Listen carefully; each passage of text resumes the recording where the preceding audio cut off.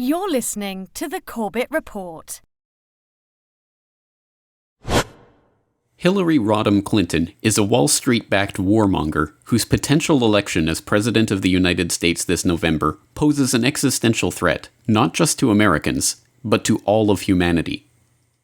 As First Lady, and then as Senator, she actively supported the U.S.'s illegal wars of aggression abroad. Today, our armed forces joined our NATO allies in airstrikes against Serbian forces responsible for the brutality in Kosovo. I voted for the Iraqi resolution. The president understands this. He's fully aware that it's going to take a lot of patience and painstaking planning, and we're going to support him.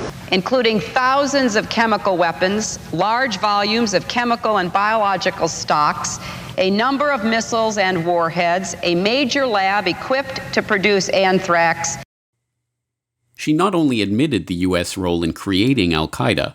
When the Soviet Union invaded Afghanistan, we had this brilliant idea that we were going to come to Pakistan and create a force of mujahideen, equip them with Stinger missiles and everything else to go after the Soviets inside Afghanistan. But then, despite this admission, as Secretary of State, her support of the war on Libya and the jihadis in Syria directly led to the rise of ISIS and the migrant crisis in Europe. The transition to democracy in Syria has begun, and it's time for Assad to get out of the way. President Assad is not indispensable, and we have absolutely nothing invested in him remaining in power. I think that based on definitions of war criminal and crimes against humanity, there would be an argument to be made that he would fit into that category. Libya was a different kind of calculation, and we didn't lose a single person. We came, we saw, he died. Did it have anything to do? She was the one who announced the U.S.'s so-called Asia-Pacific pivot that has seen more U.S. military forces being placed in the Asia-Pacific as a direct military threat to China. And we look to the Asia-Pacific region, as we have for many decades, as an area where the United States is uniquely positioned to play a major role. The United States is not ceding the Pacific to anyone. And she has stated in no uncertain terms that Russia and Iran will be militarily targeted in a Clinton presidency, and that the nuclear option is, as always, on the table. And we will make sure the Iranians and the world understand that the United States will act decisively if necessary, including taking military action. There will have to be consequences for any violation by Iran, and that the nuclear option should not at all be taken off the table. That has been my position consistently. And Russia has to support the international community's efforts sincerely or be held to account. That Russia and China will pay a price because they are holding up progress, blockading it, that is no longer tolerable. And unlike her many, many political statements of convenience that are merely a reflection of whatever is most politically acceptable at the moment. Do you think New York State should recognize gay marriage? No. No. Okay. I support marriage for lesbian and gay couples. I represented Wall Street as a senator from New York, and I went to Wall Street in December of 2007, before the big crash that we had, and I basically said, cut it out. Quit foreclosing on homes. Quit engaging in these kinds of speculative behaviors. Now, who's exactly to blame for the housing crisis? I think there's plenty of blame to go around. Home buyers who paid extra fees to avoid documenting their income should have known they were getting in over their heads. I take a backseat to no one when you look at my record and standing up and fighting for progressive values. I get accused of being kind of moderate and center. I plead guilty. We went through a thorough process to identify all of my work-related emails. The lawyers doing the sorting for Secretary Clinton in 2014 did not individually read the content of all of her emails, so that the emails were immediately captured and preserved. There was no archiving at all of her emails. We can be assured that these threats of potential nuclear world war by Clinton are not idle threats. a future Clinton president would be assured of a like mind in the new Prime Minister in the UK, who has stated in no uncertain terms that she is willing to launch a nuclear strike that would kill hundreds of thousands. Let me congratulate the Prime Minister on her new role. But can we cut to the chase? Is she personally prepared to authorise a nuclear strike that could kill 100,000 innocent men, women and children? Yes. And I have to say to the honourable gentleman, the whole point of a deterrent is that our enemies need to know that we would be prepared to use it. Hillary Clinton is a neocon, a war hawk, a liar, an unindicted criminal, and a Wall Street puppet. Why is it, then, that those on the so-called progressive left, who would be warning against her if she had an R next to her name, are instead lecturing other leftists that it is now their duty to fall in line and help her get elected? If Clinton is nominated and it comes to a choice between Clinton and Trump in a swing state, a state where it's going to matter which way you vote, I would vote against Trump. And by elementary arithmetic, that means you hold your nose and you vote Democrat. I don't think there's any other rational choice.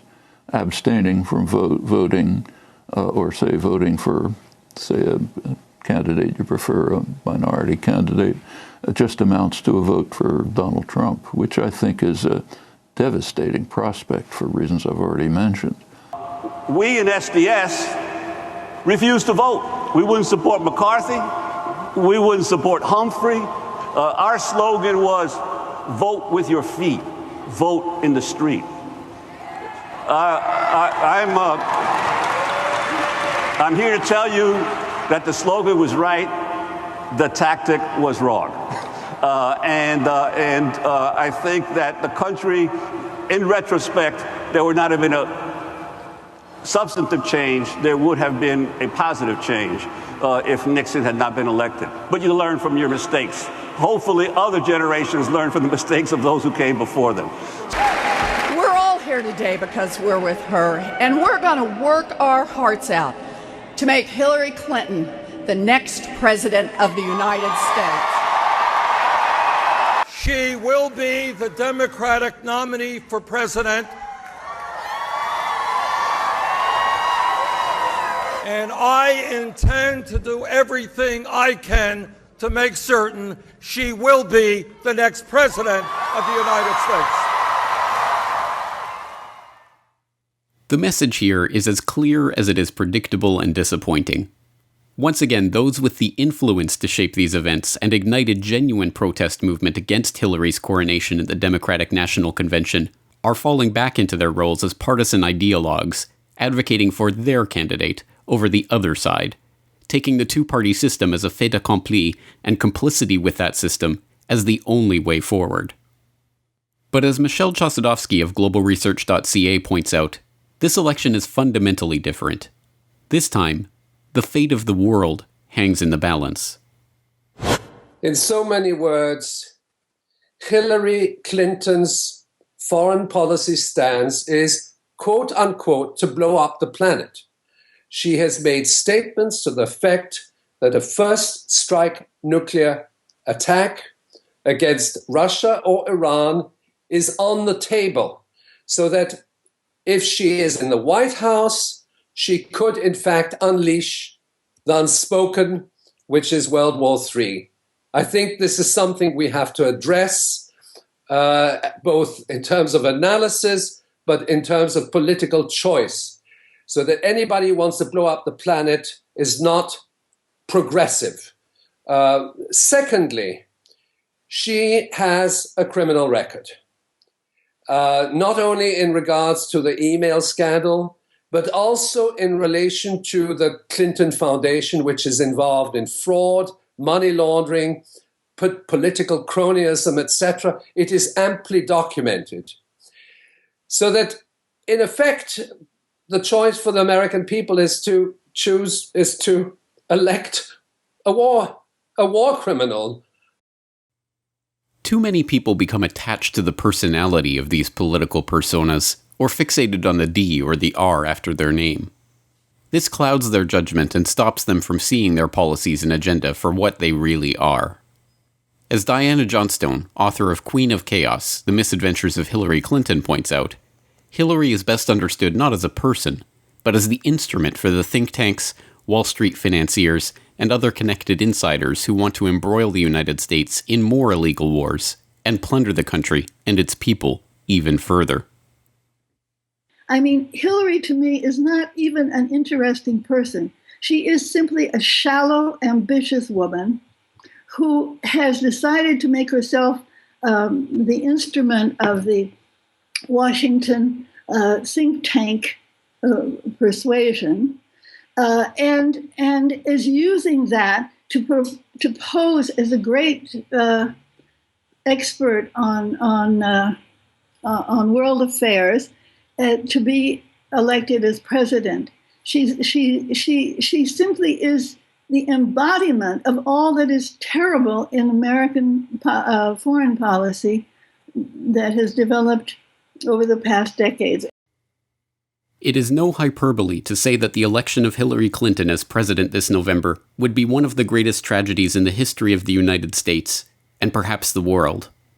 It is incumbent on people of all stripes, American and non-American, Republican and Democrat, progressive and libertarian, anarchists, and those who have never thought about politics a day in their life, to protest her nomination at the Democratic National Convention, work against her campaign for president, and avert the nuclear nightmare that is now coming into view.